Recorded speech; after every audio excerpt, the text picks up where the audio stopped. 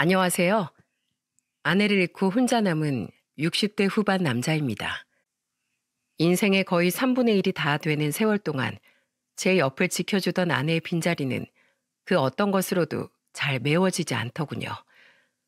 그만큼 우리에게 함께 넘어온 고난의 시간도 행복한 순간들도 많았죠.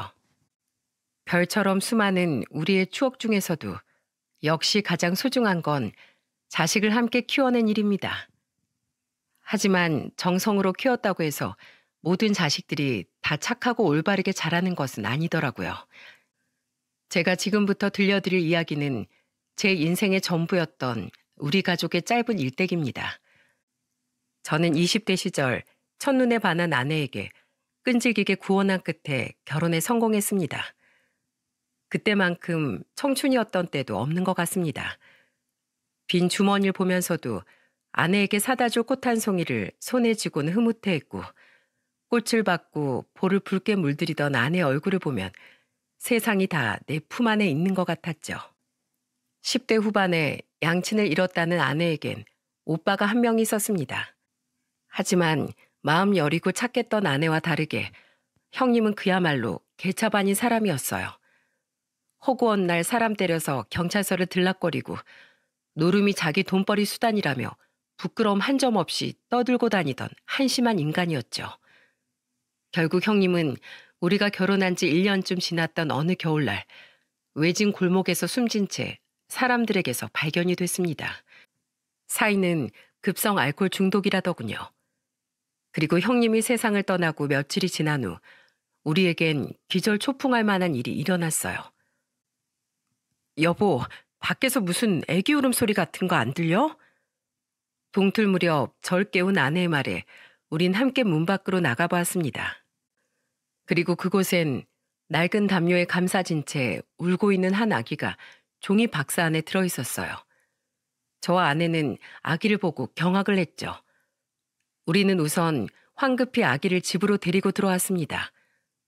아내는 아기를 품에 안고는 자신의 체온으로 아기를 녹여주려고 했었죠. 그리고 박스 안에선 사진 한 장이 발견되었어요. 그 속엔 세상을 떠난 형님과 한 젊은 여자, 그리고 아기, 이렇게 세 사람이 찍혀 있더군요. 그리고 사진 뒤엔 이런 편지가 적혀 있었죠. 박경희 씨 오빠인 박광섭 씨와 함께 살던 사람입니다. 아이는 태어난 지 6개월 되었고 출생신고는 아직 하지 않았습니다. 저는 이 아이를 키울 여건이 되지 않아 아이 아버지인 광섭 씨의 유일한 가족인 박경희 씨에게 이 아이를 맡깁니다. 편지를 읽은 우리는 당황한 표정으로 아내 품속의 아기를 내려다봤어요. 아기는 사내 아이였는데 자신이 지금 어떤 상황에 처한 건지 아는 건지 아기는 아주 서럽게 울더군요. 그렇게 우리는 첫눈이 내리던 겨울날 새벽 첫 아들을 얻게 되었습니다. 우리는 아들에게 지훈이란 이름을 지어주었고 2년 뒤엔 예쁜 딸도 낳았어요. 우린 딸과 차별하지 않고 아들을 정성으로 키웠습니다. 아니, 전 두 아이를 똑같이 대하려고 노력했지만 아내는 조금 달랐어요. 아무리 망난이었다고 한들 유일한 피부치였던 자기 오빠의 아이인데다가 친부모에게 버려졌던 아들에게 아내는 연민을 가지고 있더군요. 그래서 유독 아내는 아들에게 엄하게 굴지 못했죠. 게다가 아들은 아직 어렸던 5살이라는 나이에 소아암 판정까지 받았습니다. 왜 불행은 자꾸 우리 지훈이에게만 오는 걸까? 아내는 아들이 불쌍해서 어쩔 줄을 모르더군요. 이후 아내는 3살인 딸을 제 부모님께 자주 맡기며 아들의 간병을 했습니다. 저는 아들의 병원비를 대기 위해 쉬는 날 하나 없이 열심히 일했습니다. 원래 다니던 공장 일이 끝나면 대리운전을 뛰었고 공장이 쉬는 날엔 일용직 막노동을 했죠. 매일같이 온몸이 쑤셨고 눈만 감으면 서서도 잠이 들 만큼 피곤했지만 전 이를 악물고 버텼습니다. 어린 나이에 암과 싸우고 있는 가여운 아들과 그런 아들 곁에서 한시도 떨어지지 않고 눈물로 간병하는 아내, 그리고 불가피한 상황 때문에 부모와 떨어져 지내야 했던 딸을 떠올리면 제가 도저히 가만히 있을 수가 없었거든요. 다행히 아들은 2년여의 투병 후 학교에 입학하기 전엔 서서히 건강을 회복할 수 있었습니다.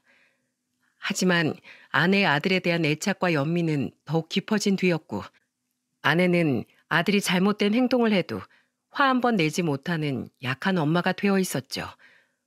오히려 딸에겐 여느 부모처럼 잘잘못을 정확히 일깨워주고 엄할 땐 또 엄한 좋은 부모였는데 말입니다. 전 이대로 가만두면 애를 망치겠다 싶어 아들을 엄하게 교육하기 시작했습니다. 다행히 아들은 조금 이기적인 면이 있긴 했지만 바르고 착하게 자라주었어요. 그렇게 시간이 흘러 저희 부모님은 돌아가셨고 두 아이는 모두 대학에 갔죠. 아들이 막 성인이 되었던 해에 전 그동안 모아뒀던 돈으로 작은 사업을 시작했고 다행히 사업은 제법 성공을 했어요. 덕분에 전 두 아이가 졸업할 때까지 학비를 모두 대줄 수 있었고 서울과 교통이 용이한 위치의 경기도 부근에 전원주택도 하나 지어 이사를 하게 되었습니다. 이후 약 10년간은 우리 가족에게 다시 없을 평온한 시간들이었어요. 대학을 졸업한 아들은 공기업에 취업을 했고 간호대를 나왔던 딸은 경기도의 한 병원에 일자리 구했죠. 제 사업은 안정적으로 자리를 잡아 경제적으로도 넉넉했고 아내와 전 아픈 곳 없이 건강했으니 더는 바랄 것이 없었습니다. 저는 결혼해서 자기 가정까지 꾸리게 된 두 아이에게 적당한 집도 한 채씩 해줄 수 있었죠. 그렇게 두 아이를 모두 출가시킨 후 전 이제야 아내와 여유로운 여생을 보낼 수 있겠다 싶었습니다. 하지만 아들이 30대 초반이 된 무렵부터 우리 가족에겐 검은 그림자가 들이우기 시작했습니다. 아버지, 저 요식업 장사를 한번 해보고 싶어요. 어느 날 아들은 회사를 그만뒀다며 제게 찾아와 대뜸 창업 자금을 도와달라더군요. 회사에서 무슨 일 있었어? 아니, 왜 갑자기 잘 다니던 회사를 그만둬? 회사 과장이 공공연하게 거래처들한테 뒷돈 받고 다니는 거 보고 제가 상부에 보고했는데 알고 보니까 윗대가리들도 다 한통속이더라고요. 그 사람들은 오히려 절 자르더군요. 그렇게 정의의 사도가 되고 싶으면 나가서 너 혼자 잘해보라면서 말이에요. 저 그 사람들한테 보여주고 싶어요. 정직하게 살아도 반드시 성공할 수 있다는 걸요. 아들의 말을 들어보니 사정이 참 딱하긴 하더군요.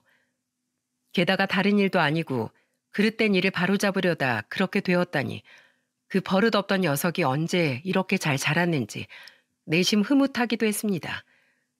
그래서 전 아들의 계획을 먼저 듣고 창업 자금을 지원해 주었습니다. 하지만 세상사가 어디 그리 호락호락한가요? 아들은 1년도 채 되지 않아 결국 가게 문을 닫고 말았어요. 아들의 부탁에 저는 아들의 두 번째 사업 또한 도와주었지만 아들은 그땐 아예 몇 달도 버티지 못하고 사업을 전부 다 말아먹었죠. 아들은 날이 갈수록 위축되어 갔습니다. 우리에게 말은 하지 않았지만 아들은 며느리와 부부싸움도 자주 하는 것 같더군요. 어느 날은 아들이 술에 취한 채 저희 집으로 대뜸 오더니 제게 이러는 겁니다. 아버지가 그랬잖아요. 항상 바르게 사는 게 올바른 일이라고요. 근데 이게 뭐예요? 절 자른 그놈들은 아직까지 떵떵거리면서 잘 살고 있어요. 반면 전 2번이나 쫄딱 망했잖아요. 이게 다 아버지가 잘못 가르쳐 주신 탓이에요. 그냥 예전처럼 이기적이고 못되게 살았으면 저도 그깟 비리 정도 남 일이라고 여기고 무시했을 거라고요.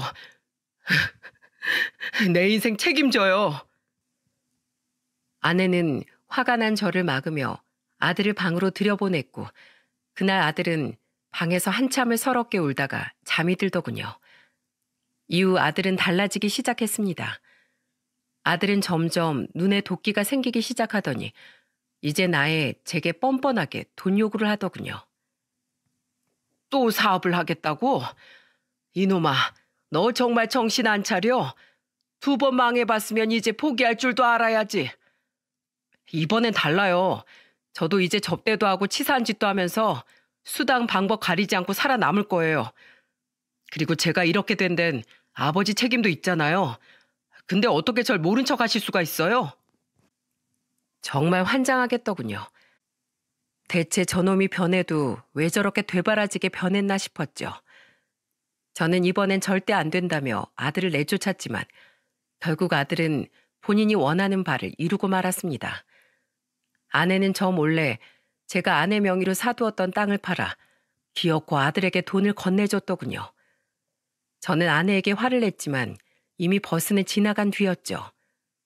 그리고 또다시 1년이 조금 넘었을 때 결국 아들은 세 번째 사업마저도 망하고 말았어요.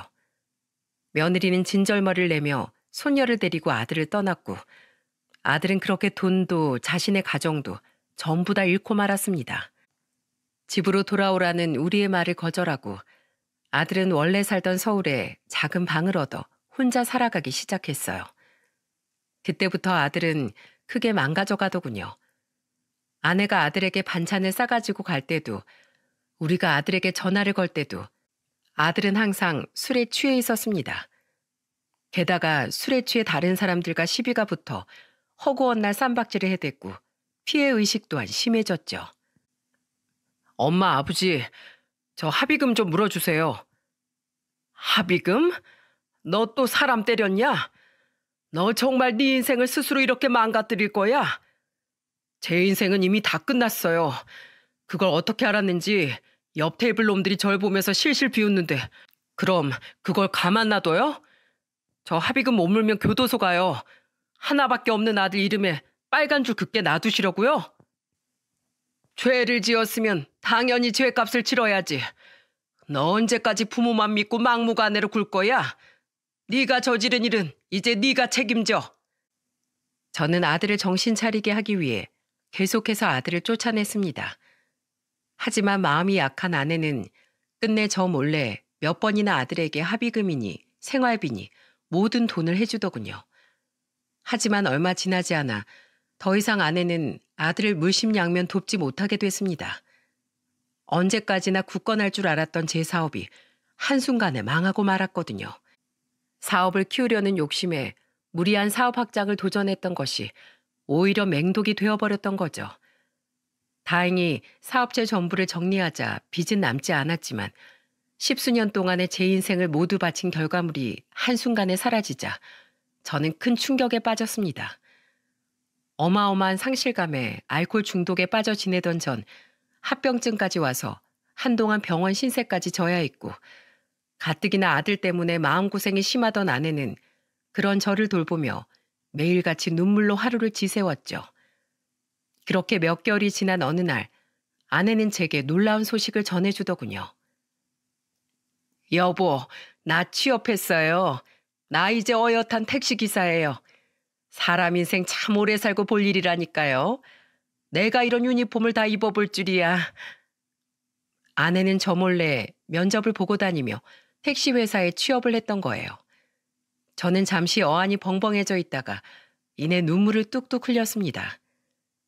평생 주부로 살던 아내를 60이 넘은 나이에 일터로 내몬 것이 너무나 미안했고 제 자신이 너무 못나게 느껴졌거든요. 아내는 그런 제 손을 잡으며 다정하게 말해주었습니다. 왜 울어? 이런 좋은 날엔 날 축하해줘야지. 여보, 그동안 혼자서 나랑 우리 자식들 먹여 살리느라 정말 고생 많았어. 이젠 내가 당신 책임질게. 나 이래봬도 운전은 꽤 잘한다. 당신도 알지? 우린 부부잖아. 힘들 땐 당신도 나에게 좀 기대. 저는 그날 아내를 끌어안고 펑펑 울며 다짐했습니다. 얼른 건강을 회복해서 막노동을 하든 뭘 하든 다시 일어서겠다고요.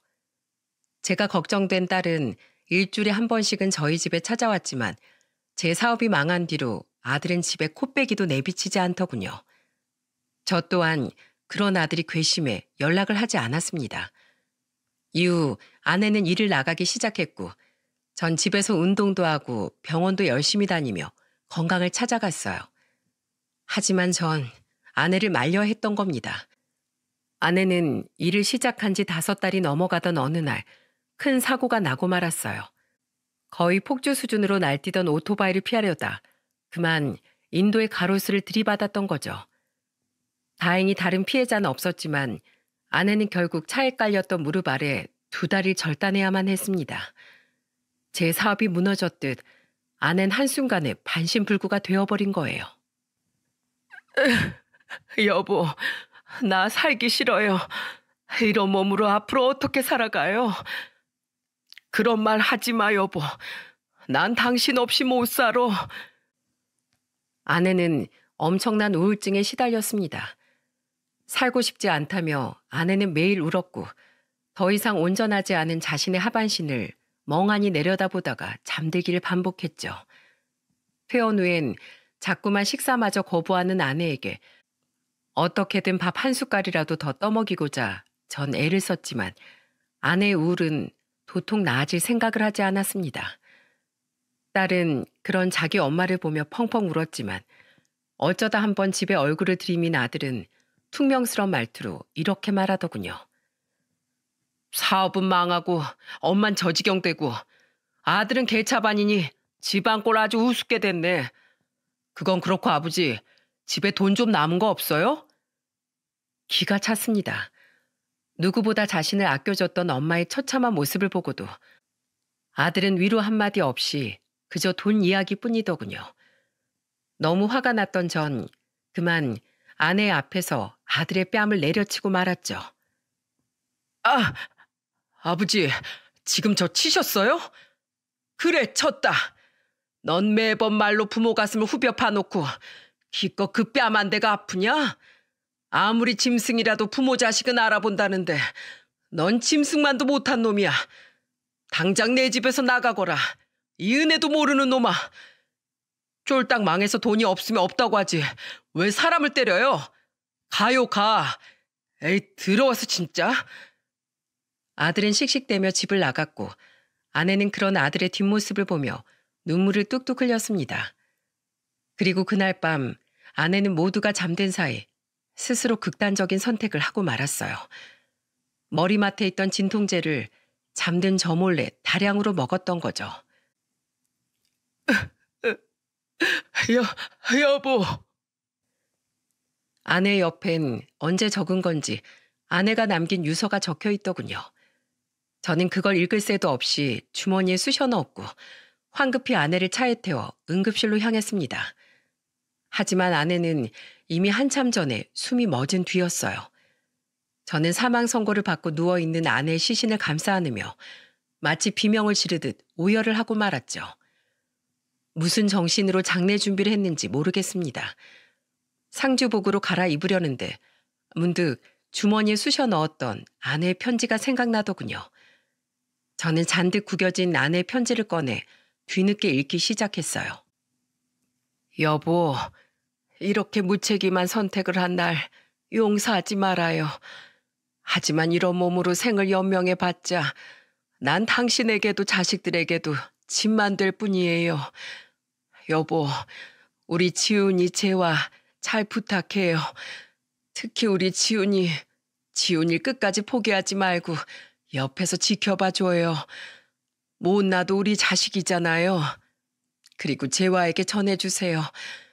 지훈이를 챙기느라 재화에게 신경을 덜 써줘서 항상 이 엄마가 미안했다고요. 사랑해요, 여보. 아내는 마지막 순간까지도 자식들 걱정뿐이었더군요. 저는 아내의 유서를 끌어안고 미친 사람처럼 울었습니다. 부부는 서로 힘들 때 기대는 거라더니 아내는 끝내 자신에게 닥친 불행을 혼자서만 끌어안고 세상을 떠났던 거예요. 유서를 읽은 딸은 장례를 치르는 내내 밥도 안 먹고 울기만 했습니다.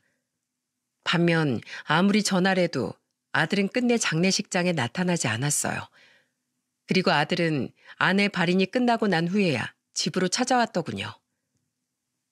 아버지, 뭐야? 쟤와 너도 여기 있었냐? 오빠, 네가 인간이야? 어떻게 엄마가 돌아가셨는데 아들이 돼서 장례식장에 코빼기도 안 배? 엄마가 너한테 어떻게 했는데? 아, 내가 뭐 안 오고 싶어서 안 왔어? 몰랐다고. 엄한 놈들이랑 시비 붙어서 싸우다가 유치장에 갇혀있느라. 에이, 진짜 재수도 없었지. 아들은 그놈의 쌈박질 때문에 아내의 장례식장에 못 왔었다며 툴툴대더군요. 참 억장이 무너졌습니다. 고이든 뭐든 자신의 엄마가 세상을 떠났으면 눈물이라도 보이는 게 사람 아닌가요? 그런데 아들은 오히려 적반하장으로 자기 동생에게 화를 내더군요. 저는 그런 아들을 보고 눈물을 흘리며 호통을 쳤습니다. 넌 정말 사람 새끼도 아니다. 네 엄만 끝까지 네 걱정만 하다가 갔건만 넌 어떻게 눈물 한 방울 흘리질 않니? 네 엄마가 죽어서도 널 얼마나 기다렸겠어. 이런 널 보면 네 엄만 차마 저 세상으로 가지도 못했을 거다. 저 세상 가고 싶으니까 가족들 다 등지고 스스로 돼지셨겠죠. 오히려 엄마도 속으론 저한테 학을 뗐을걸요? 마지막에 이딴 금수 같은 자식 보고 떠나서 뭐합니까? 저 같은 놈은 그저 얼굴 안 비치는 게 마지막으로 엄마한테 효도한 거예요. 뭐야?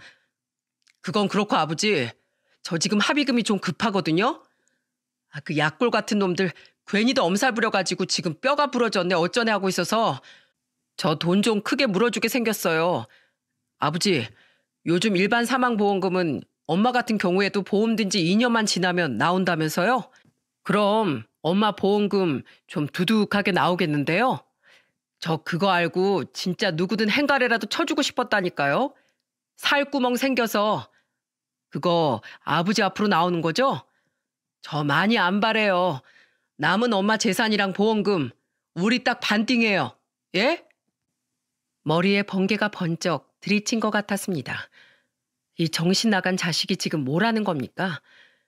더 이상 참지 못한 전 아들의 뺨을 냅다 후려쳐버렸습니다. 2번, 3번, 저는 아들이 제 손목을 낚아챌 때까지 몇 번이고 아들의 얼굴을 내려쳤어요. 그리고는 아들에게 휴대폰을 던지듯 건네주며 울부짖었죠. 진짜 아버지라고 봐주는 것도 한계가 있어요. 그만 못해요? 봐줘? 그동안 내가 널 봐줬다는 생각은 안 드냐? 이 버러지 같은 놈아. 자, 봐라. 너 같은 놈도 자식이라고 끝까지 네 생각만 하다가 네 엄마가 너한테 마지막으로 남긴 영상이다. 불쌍한 여편네. 저런 놈이 뭐라고. 볼이 시뻘개진 채 씩씩대던 아들은 화가 나기도 하고 어리둥절하기도 한 표정으로 제 휴대폰을 집어들더군요. 그곳엔 생애 마지막 순간에 제 휴대폰 카메라로 동영상을 녹화했던 아내의 모습이 담겨 있었습니다. 아내는 코를 골며 잠든 제 옆에서 아주 작은 목소리로 화면을 보곤 이야기를 시작했죠. 그리고 아내의 마지막 영상은 아들에게 아주 크나큰 충격을 안겨주었답니다. 지훈아, 엄마야. 네 아버지도 재화도 워낙에 똑 부러지는 사람이니 이 엄마가 걱정하고 떠날 수 있지만 아무래도 지훈이 너만은 마지막까지 이 엄마 마음에 걸려 이렇게 마지막 인사를 남긴다. 지훈아, 사실 넌 나와 네 아버지의 친아들이 아니야. 넌 망난이었던 내 친오빠가 세상을 떠나면서 우리에게 남긴 아이였어. 많이 놀랐지? 난 평생 이 이야기를 너에게 해주지 않을 생각이었단다. 하지만 자꾸만 망가져가며 얼굴 한번 본 적 없는 이 친아빠를 닮아가는 너에게 마지막으로 해주고 싶은 말이 있어. 이렇게 솔직하게 털어놓는 거야. 지훈아, 네 친아버지는 천성이 나쁜 사람이 아니었단다. 다만 내 오빤 세상을 어떻게 살아가야 하는지 몰랐던 거야. 나쁜 짓을 막아줄 부모님도 일찍 돌아가신 터라 더더욱 오빠를 말려줄 사람이 없었지. 하지만 넌 달라, 지훈아. 너에겐 널 진심으로 사랑한 엄마인 나와 네 아버지가 있어. 부디 넌 네 친아버지처럼 끝내 돌이킬 수 없는 길로 접어들기 전에 가족의 품으로 돌아오길 바란다. 어느새 눈이 커다래진 아들은 쉴 새 없이 동공이 흔들리더군요. 미리 영상을 봤던 전 그런 아들을 보며 눈을 질끈 감고 눈물을 흘렸고 옆에 서 있던 딸과 사이 또한 아들처럼 놀란 표정을 감추지 못했어요. 아내의 영상은 충격적인 고백 이후에도 계속됐습니다. 아직도 기억이 나는구나. 추운 겨울날 낡은 담요에 쌓여 울고 있던 네 모습이 말이야. 우리가 널 아들로 받아들인 날 우리의 결정을 축복하듯 하늘에선 첫눈이 내려줬어. 그날 급하게 시장에서 아기 옷을 사와 네 옷을 갈아입히는데 몸이 얼마나 작고 보드라운지 난 행여나 투박한 내 손짓에 네가 다치기라도 할까봐 손까지 벌벌 떨며 너에게 옷을 입혔지. 네 아버진 닿으면 부러질까 무섭다며 처음엔 널 제대로 안지도 못했단다. 널 만난 이후 우린 매일을 어려운 숙제를 하는 마음으로 살아왔지만 우리 입가에선 웃음이 마를 날이 없었다. 우리는 너로 인해 부모가 되는 첫 기쁨을 얻었어. 지훈아, 난 너를 무척이나 사랑했지만 너에겐 항상 마음이 약해져서 탈이었다. 허망하게 저 세상으로 간 내 오빠가 생각나기도 했고 어린 시절 죽을 고비까지 넘긴 너를 보면 항상 마음이 너무 미어져서 차마 너한테 화 한 번 제대로 내지 못했어. 혹시 그런 날 보면서 재화가 자신이 차별당하는 건 아닐까 하는 마음에 상처를 받을까봐 난 항상 노심초사했단다.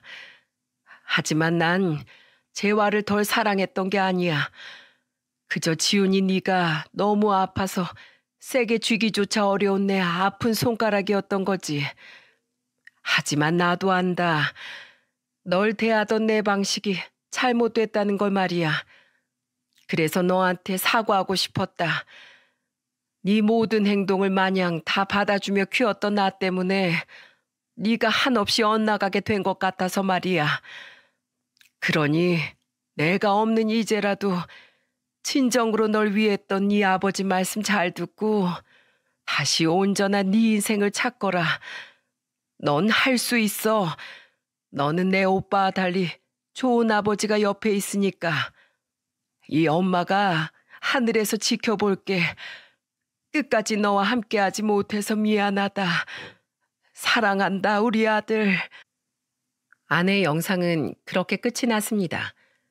이후 한동안 고요한 침묵이 집안을 감돌았어요. 아들을 제외한 우리는 소리 없이 눈물을 흘렸고 아들은 무슨 생각을 하는지 멍하니 휴대폰 화면만을 내려다보더군요. 저는 그런 아들에게 말했습니다. 그리고 아들의 입에서 나온 대답은 끝내 제 억장을 무너지게 만들었죠. 이놈아, 이제 제발 정신 좀 차려라. 자신의 삶을 포기하면서도 끝까지 너에 대한 걱정만은 내려놓지 못했던 네 엄마를 봐서라도 제발 네 인생을 망치는 짓거리 좀 그만해. 네가 끝까지 정신 못 차리면 평생 널 위해 헌신했던 네 엄마 인생이 너무 불쌍해지잖아. 뭐가 불쌍해요? 내가 언제 키워달랬어요? 엄마가 선택한 엄마 인생이었을 뿐이에요. 뭐야? 너 정말 끝까지 이럴래?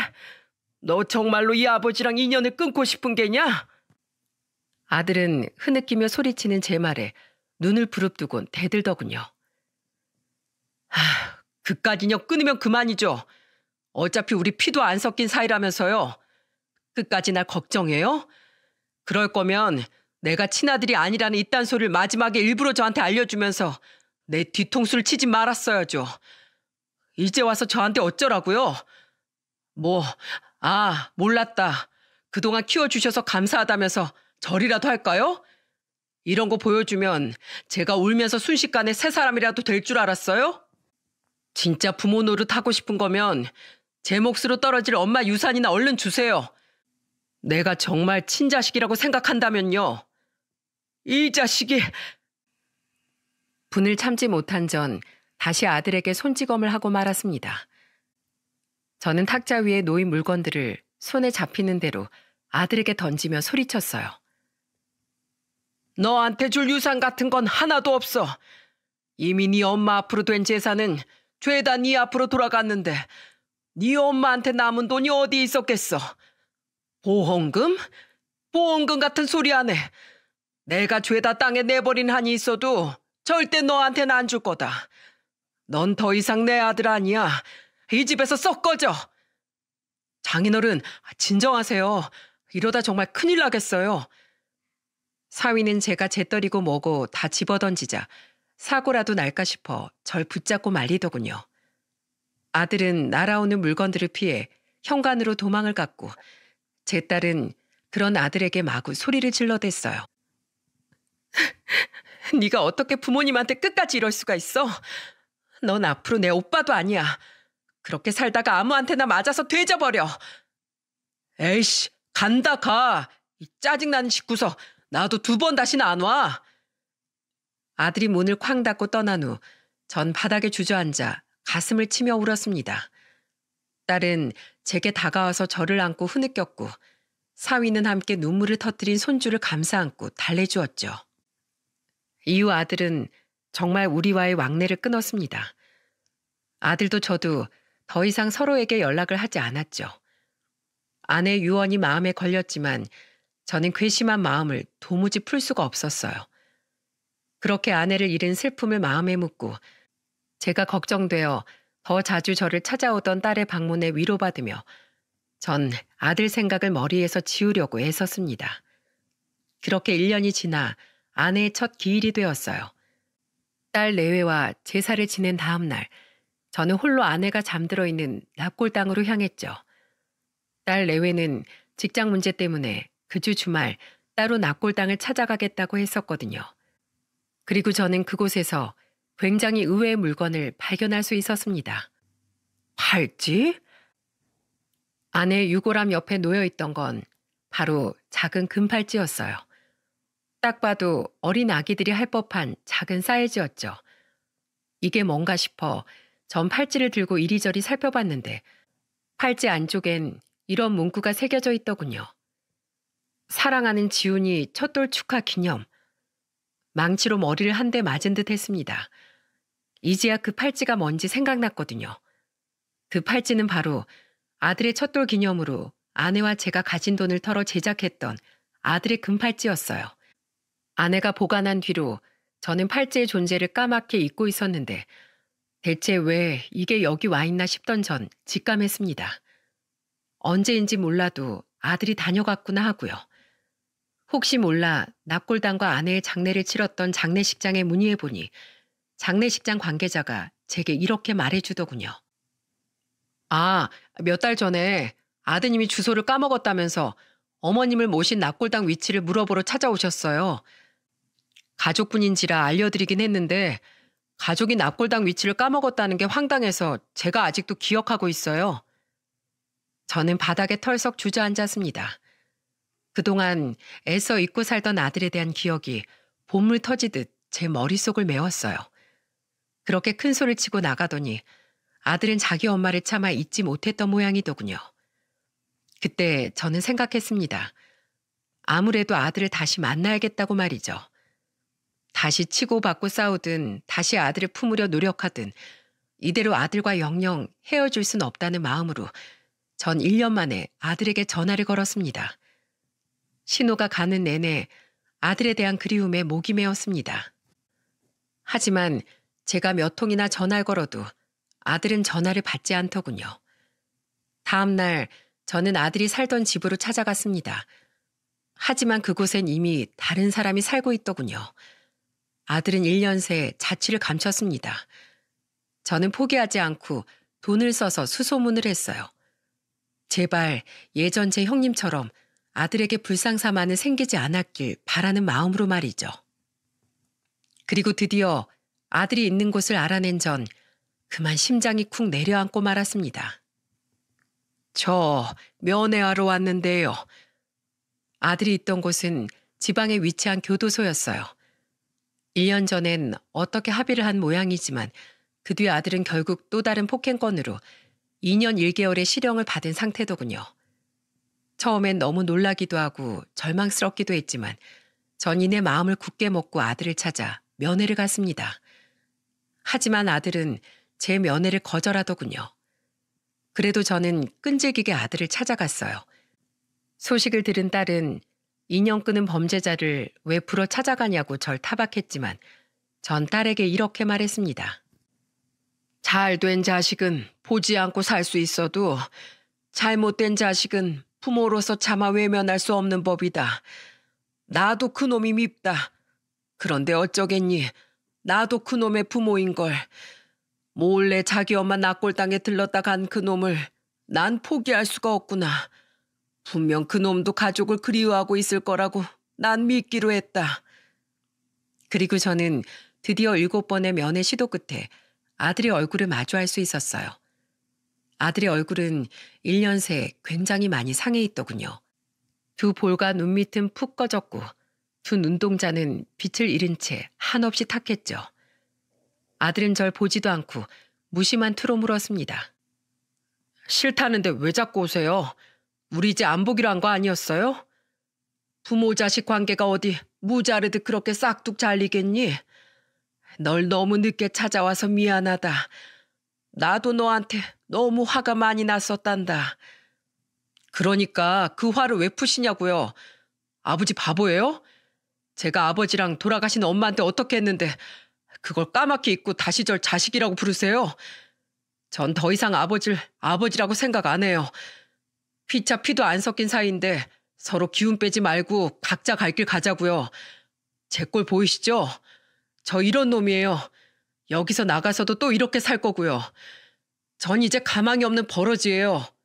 그러니까 아버지, 더는 저 찾아오지 마세요. 아들은 가시돋친 말만 계속해서 내뱉었습니다. 저는 그런 아들에게 조용히 챙겨간 물건 하나를 꺼내 보여주었죠. 이게 뭔지 아니? 오지 말라니까 왜 뚱딴지 같은 소리세요? 그게 뭔데요? 처음 네가 우리 집에 왔던 날 네가 감싸에 있던 낡은 담요란다. 네 엄마의 유품을 정리하다가 장롱 깊숙한 곳에서 찾았지. 예상치 못한 제 말에 순간 아들은 입을 꾹 다물더군요. 저는 낡은 담요를 쓰다듬으며 말했습니다. 처음에 여기 오기까지 나도 고민 많이 했다. 널 찾으려 애쓰긴 했지만 막상 널 마주하려니 나도 많은 용기가 필요했지. 그런데 자꾸만 장롱에서 아기 울음소리가 들리는 것 같더구나. 장롱을 열어봐도 구석엔 이 담요밖에 없었는데 말이야. 처음엔 내가 미쳤나 싶었지만 자꾸만 이런 생각이 들더라. 갓난아기였던 그때의 너처럼 다 커버린 네가 지금 마음속으로 아버지 제발 저 좀 안아주세요. 저 좀 구해주세요. 이렇게 울고 있는 건 아닐까 하는 생각 말이야. 물론 나 혼자만의 착각이라고 해도 상관없다. 난 그때 깨달았거든. 난 여전히 네가 그립고 네가 잘못된 길에서 빠져나오길 바란다는 사실을. 그리고 비로소 받아들였다. 난 네가 잠시 미웠어도 여전히 지훈이 네 아버지구나. 앞으로도 난 평생 아버지로 살 수밖에 없구나 하고 말이다. 그러니 네가 아무리 오지 말라고 해도 난 계속 여기 올 거다. 나는 네 아버지니까. 제 말에 아들은 고개를 숙인 채 눈물을 뚝뚝 떨구더군요. 저는 가로막힌 유리 때문에 닦아줄 수 없는 아들의 얼굴 대신 눈앞의 유리창만 어루만졌습니다. 아들은 한참 동안 아무 말이 없었고 그렇게 우리의 면회는 끝이 났어요. 이후에도 저는 계속해서 아들을 찾아갔고 아들은 제게 오지 말라는 말을 포함한 그 어떤 말도 하지 않았지만 면회를 거부하지도 않더군요. 안부를 묻는 제 말에 아들은 고갯짓으로 대답할 뿐이었지만 저는 희망을 가지고 아들에게 늘 이런저런 말들을 늘어놓았죠. 그리고 아들의 나이가 40이 되던 해 드디어 아들은 출소를 하게 되었습니다. 아들이 저희 집에 왔던 날처럼 아주 추운 겨울의 말이죠. 저는 손을 호호 불며 교도소 앞에서 아들을 기다렸고 제가 걱정이 되어 절 따라왔던 딸은 그런 제 옆에서 팔짱을 끼고 못마땅한 표정을 짓고 있었죠. 뭐 기특한 일이라고 여기까지 마중을 다 나와요? 너도 네 오빠가 걱정돼서 따라온 거 아니냐? 전 아빠 걱정이 돼서 같이 온 거죠. 예전에 그놈 하는지 못 보셨어요? 그놈은 여차하면 아버지한테 손까지 올릴 수 있는 아주 파렴치한 놈이라고요. 아니다. 네 오빤 그렇게 마음이 모진 놈이 못 돼. 아, 저기 나오는구나. 지훈아. 죄수복이 아닌 사복을 입고 나온 아들은 손을 흔들며 자신에게 달려오는 저를 보고 머쓱한 표정을 짓더군요. 저는 그런 아들에게 품에 꼭 품고 있었던 비닐봉지를 내밀었습니다. 아들은 엉거주춤하게 봉지를 받아들며 괜히 툴툴댔죠. 설마 두부예요? 촌스럽게 요새 누가 출소하면서 두부를 먹어요. 뭐야, 생두부도 아니고 부친 두부예요? 그래, 너 예전부터 명절에 두부 부침을 제일 좋아했잖니. 날도 추운데 기왕 먹을 거면 맛있고 뜨신 걸 먹어야지. 내가 이거 식을까봐 품에 아주 고이 품으면서 왔다. 얼른 먹어. 날 추워서 빨리 식어. 저는 두부 한 조각을 아들의 입에 넣어주었습니다. 두부를 씹던 아들은 결국 눈물을 뚝뚝 흘리더군요. 저는 그런 아들의 어깨를 다독이며 말해주었어요. 흰 두부처럼 새하얘지지 않아도 괜찮어. 이 부침 두부처럼 조금 불에 그슬리고 노르스름 하더라도 세상에 걸맞는 네 쓰임새를 찾아가면 된다. 이 아버지가 도와주마. 우선 네가 제일 먼저 해야 될 일은 널 필요로 하는 자리를 찾아가는 게야. 그런 데가 어디 있어요? 저 같은 놈을 누가 필요로 한다고요? 나다 이놈아. 이젠 제발 이 애비의 자식으로 돌아오너라. 세상에서 널 제일 필요로 하는 사람은 바로 네 부모인 나다. 저 엄마랑 아버지 가슴에 대못을 박은 불효자예요. 친자식도 아닌 저 키워주신 두 분 은혜를 저버린 호로 자식이라고요. 이런 제가 어떻게 아버지 자식이라고 돌아가겠어요? 네가 돌아오지 않는 게 내 가슴에 대못을 한 번 더 박는 일이다. 그리고 내 피가 좀 안 섞였으면 어떠니? 누가 뭐래도 넌 내 첫 자식이야.